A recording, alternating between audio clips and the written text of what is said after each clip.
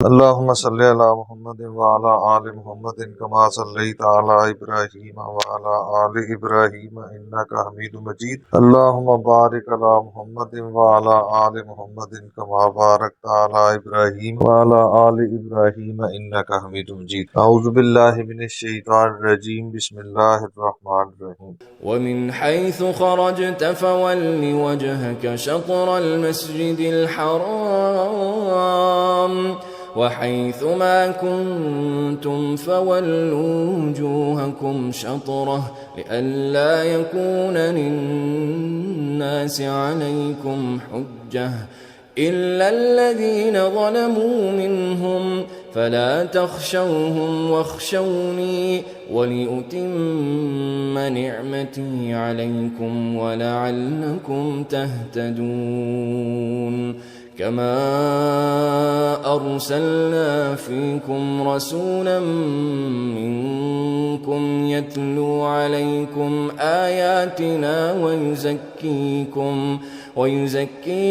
ويعلمكم الكتاب والحكمة ويعلمكم ما لم تكونوا تعلمون فاذكروني أذكركم واشكروني ولا تكفرون. اس سے پچھلے سبق میں ہم نے پڑھا تھا وَلِكُلِّ وِجْهَةٌ هُوَ مُوَلِّيهَا فَاسْتَبِقُوا الْخَيْرَاتِ، اور ہر ایک کے لیے ایک سمت ہے۔ تین اس وقت اہم گروہ تھے، تین اہم جماعتیں تھیں جن کا ہم پیچھے ذکر پڑھ رہے ہیں، یہود، نصارہ اور مسلمان۔ تو قبلہ کی بحث میں اللہ تعالیٰ فرما رہے ہیں کہ ہر ایک نے اپنی اپنی ایک سمت مخصوص کر رکھی ہے۔ فَاسْتَبِقُوا الْخَيْرَاتِ، تو آپ بھلائی کے کاموں کی طرف توجہ دیجئے، اس بحث سے نکل جائیے۔ ہر ایک نے اپنا قبلہ مخصوص کر رکھا ہے، وہ کوئی بھی اپنا قبلہ چھوڑنے کے لیے تیار نہیں ہے۔ اینما تکونوا یأتی بکم اللہ جمیعا، تو فرق اس سے نہیں پڑتا کس قبلہ کی طرف آپ پھر رہے ہیں، جب آپ جس بھی طرف ہوں گے یہ میری مخلوق ہے، ایک دن اس نے میرے سامنے پیش ہونا ہے، تو پھر سب کا قبلہ ایک طرف ہی ہوگا۔ ان اللہ علی کل شیء قدیر، اللہ تعالیٰ ہر چیز پر قادر ہے۔ اللہ تعالیٰ ہر چیز پر قادر ہے، اللہ تعالیٰ ہر کسی کو ہدایت دے سکتا ہے، بلکہ اللہ تعالیٰ نے قرآن مجید میں ارشاد فرمایا اگر وہ چاہے تو وہ سب کو ہدایت یافتہ بنا دے، لیکن لکنی حق القول منی لأملأن جہنم من الجنۃ والناس اجمعین، لیکن میری یہ بات، میرا یہ فیصلہ برحق ہے۔ اللہ تعالیٰ نے اس دنیا کو قائم ہی اس لیے کیا، انسان کی پیدائش ہی اس لیے ہوئی کہ اس کو آزمانا ہے، آزمانے کے بعد جو آزمائش میں سے پورا اترے گا وہ جنت میں جائے گا، اور جو آزمائش میں پورا نہیں اترے گا وہ جہنم میں جائے گا۔ تو یہ اللہ کا فیصلہ ہے۔ اب آزمائش میں پورا اترنا ہے یا نہیں اترنا، یہ اختیار اللہ نے انسان اور جن کو دے دیا۔ تو اسی طرح یہ قبلہ کی طرف رخ کرنے کی بات جو ہے، اللہ تعالیٰ چاہے تو سب کو اپنے فیصلے پر کاربند کر دے، لیکن اللہ تعالیٰ زبردستی کسی کو اس دنیا میں اپنے فیصلے پر کاربند نہیں کرے گا۔ تو جب قیامت کے دن اللہ تعالیٰ اپنے سامنے کھڑا کرے گا تو اس وقت سب کو زبردستی اللہ کے حکم کے مطابق تابع ہونا پڑے گا۔ وَمِنْ حَيْثُ خَرَجْتَ فَوَلِّ وَجْهَكَ شَطْرَ الْمَسْجِدِ الْحَرَامِ، اور آپ جہاں کہیں سے بھی نکلیں تو اپنے چہرے کو مسجد حرام کی طرف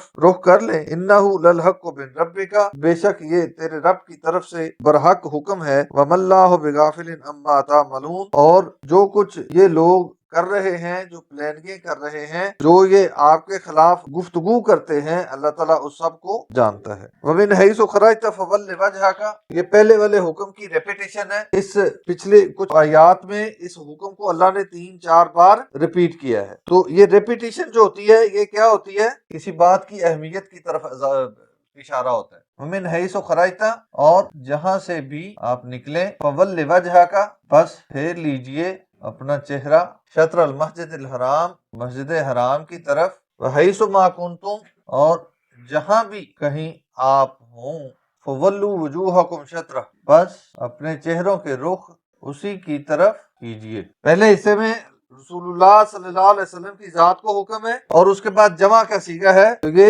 امت محمدیہ کو من حیث الامت حکم ہے۔ لِأَلَّا يَكُونَ لِلنَّاسِ، تاکہ نہ ہو لوگوں کے لیے، علیکم آپ کے خلاف، حجتن کوئی دلیل، یہ واضح ہو جائے کہ یہ اللہ کا حکم ہے، اس میں کسی قسم کی کوئی گنجائش شک کی باقی نہ رہے۔ اِلَّا الَّذِينَ ظَلَمُوا، سوائے ان لوگوں کے جنہوں نے ظلم کیا۔ کیا ظلم کیا؟ انکار کیا، ایمان لانے سے انکار کیا. اس میں مشرکین مکہ بھی شامل ہیں، عیسائی بھی شامل ہیں، یہودی بھی شامل ہیں. منہم، ان میں سے. ان کو دلیل کی ضرورت بھی نہیں ہے آپ کی مخالفت کرنے کے لیے. ان کے اوپر اللہ کا حکم کوئی اثر انداز نہیں ہو رہا. تو اصل ظلم کیا ہے؟ اللہ کے حکم کی نافرمانی کرنا.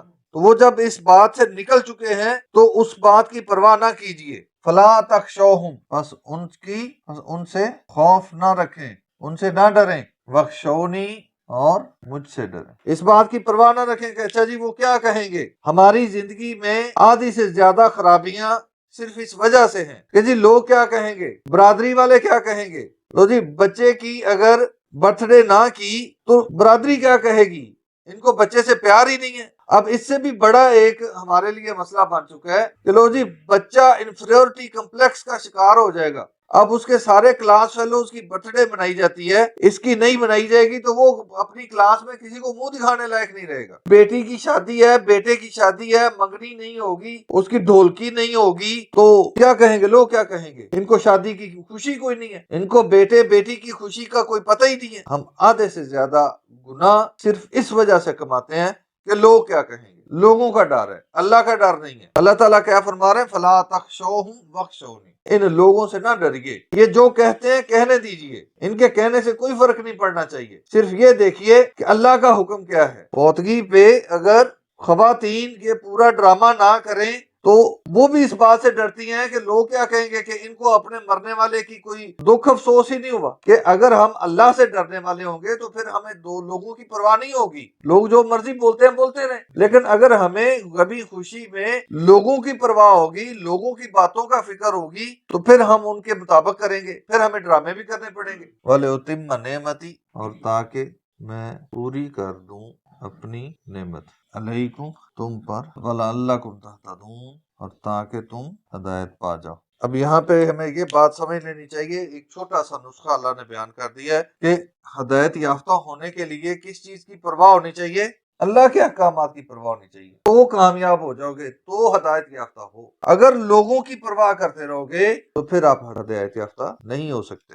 نعمت کون سی پوری کر دی؟ کما ارسلنا فیکم رسولا، جیسا کہ ہم نے بھیجا تم میں ایک رسول. اس سے پچھلی آیات میں ہم پڑھ کے آئے ہیں نا، حضرت ابراہیم علیہ السلام اور حضرت اسماعیل علیہ السلام جب بیت اللہ کی دیواریں اٹھا رہے تھے تو کیا دعا کی تھی؟ اس وقت الفاظ کون سے بیان ہوئے تھے؟ حضرت ابراہیم علیہ السلام اور حضرت اسماعیل علیہ السلام کے، کہ یا اللہ ایک تو میری اس اولاد میں سے ایک امت پیدا کر، اور دوسرا اس امت میں رسول بھیج. تو اللہ تعالیٰ نے اگلی آیات میں پہلے امت کا ذکر کیا ہے، امتن وسطن، امت محمدیہ کو امت وسط بنا کے حضرت ابراہیم علیہ السلام کی اس دعا کو پورا کیا، وہ نعمت پوری کی. اور اس دعا کا دوسرا حصہ جو ہے وہ کیا تھا کہ ایک رسول بھیج جو اس امت وسط کو کیا کرے، آپ کی آیتیں پڑھ کر سنائے. اور امت وسط کی ایک نشانی یہ ہے کہ اللہ تعالیٰ نے قیامت تک کے لیے بیت اللہ کو، مسجد حرام کو قبلہ بنایا.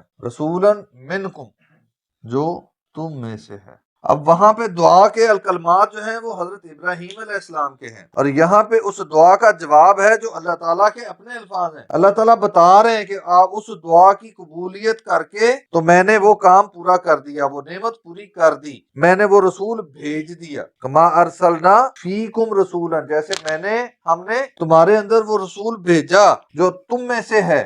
یتلو علیکم آیاتنا، وہ پڑھ کر سناتا ہے تمہیں ہمارے احکامات.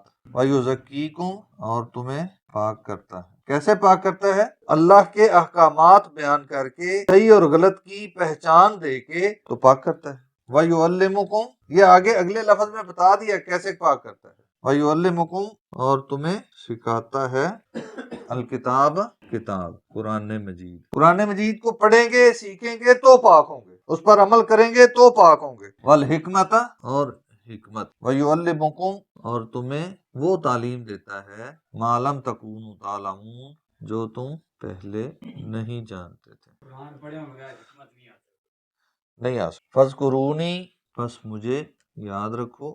اذکرکم، میں تمہیں یاد رکھوں گا. فَاذْكُرُونِي، میرا ذکر کرو نہیں، یہ ترجمہ نہیں ہے. فَاذْكُرُونِی، مجھے یاد رکھو اپنی زندگی کے ہر معاملے میں، اپنی زندگی کے ہر قدم پہ مجھے یاد رکھو، تو پھر جب تمہیں ضرورت ہوگی تو میں تمہیں یاد رکھوں. روزے قیامت جب تمہیں میری ضرورت پڑے گی تو پھر میں تمہیں یاد رکھوں. وَاشْكُرُوا لِی، اور میرا شکر ادا کرتے رہو. کس کو کہا ہے؟ عمومی حکم ہے نا، ہر کسی کو کہا ہے، یا صرف ان کو جن کو اللہ کی نعمتیں، جن کو ہم نعمت کہتے ہیں، ان کو کہا ہے؟ سب سے بڑی نعمت تو ایمان ہے، اس کی ہمیں کبھی اس کا احساس ہی نہیں ہوا. ہمیں صرف اس دنیا کی جو حقیر دولت ہے اس کو ہم نعمت سمجھتے ہیں اور اسی کے اوپر ہی کھڑے ہیں. ہم سمجھتے ہیں کہ اسی کا شکر ادا کرنا ہے، جبکہ جس بھی حال میں ہے اللہ کا شکر ادا کرنا بھی اس کی عبادت ہے، یہ اس کی عظمت کے لائق ہے، یہ اس کا حق ہے. اللہ تکفرون، اور میری ناشکری نہ کرو. اللہ تعالیٰ سمجھنے اور عمل کرنے کی توفیق دے.